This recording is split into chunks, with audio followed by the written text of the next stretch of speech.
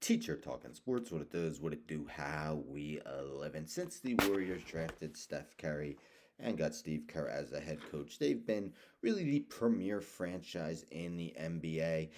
Curry's Warriors have won 4 championships, and the other two notable players on all four of those championship teams, of course, are Klay Thompson and Draymond Green. Kevin Durant was part of the second and third championship teams, but they have struggled a bit at times this season and currently are just the 10th seed in the West at 43 and 35. While they've clinched a play-in spot, you have to wonder if changes will be made.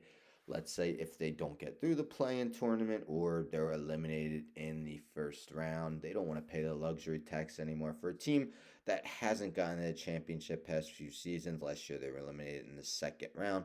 Well, Klay Thompson, one of the Splash Brothers, is a free agent this season. This has been rumored for some time, but it's emerging again. So this is via Yardbarker. Report Magic emerging as top suitors for Klay Thompson. Adam Taylor. So mentions according to the Athletics, Tim Kawakami, the Orlando Magic, are emerging as potential suitors to acquire the four-time champion. One of the worst kept secrets in the league is that Orlando, loaded with young talent but not with shooters, might offer Clay a ton of money next summer. Kawakami reported. Meanwhile, Joe Lacob has said the Warriors want to get all the way out of the luxury tax next summer, which is possible, but only if they're very disciplined about how much they're willing to pay to keep Clay and or CP3. Put bluntly, Clay is the only one of the big three who might end up more valuable to another team than what the Warriors want to pay him. I mean, we've always heard that with Draymond, how people believe he wouldn't be as valuable if he were to have left the Warriors at some point. I remember there was a time he was strongly rumored to the Pistons, but as you know, he's remained with the Warriors all that time. Thompson is 34 years old. Of course, did miss 2 full seasons in 2019-20 and 2020-21. This season, no, it hasn't been his best. 17.6 points per game, but still shooting at a 38.4% clip from three, which is actually a career low. Shows you how accurate he's been, but that's still well above average. Excellent free throw percentage, despite not necessarily getting there a lot. But there was a time when Clay was benched by Steve Kerr, and it seemed to revitalize him a bit, especially on the defensive end.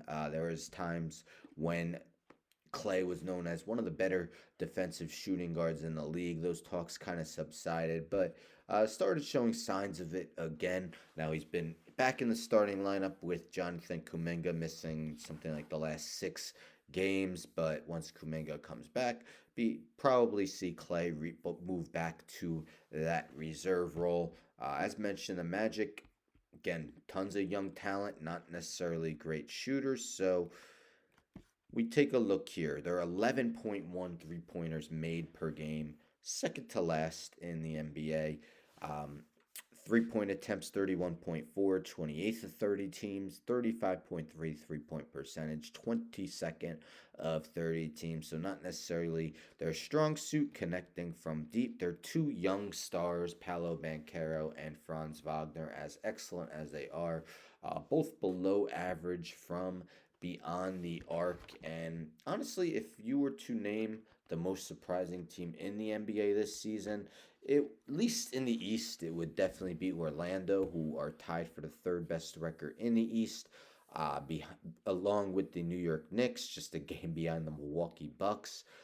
So definitely a surprising season for an Orlando team who has struggled over the last few seasons, but it'll be interesting to see. I remember I did a video, I think, last off season, where Clay was basically kind of insinuating that he thinks he deserves the max for all the success he's helped bring to the Warriors, and I get it that is something that should forever be appreciated by the team, but eventually you have to pay a guy their market value. I mean, it's not like the Boston Celtics are gonna pay Larry Bird until he was 60 just because he won them titles before, or Kareem Abdul-Jabbar until he was 60 for the Lakers. But if the Magic are willing to pay him near the max, and let's say Golden State were to not be able to get through the playing tournament or lose in the first round, it would be a tough decision as to whether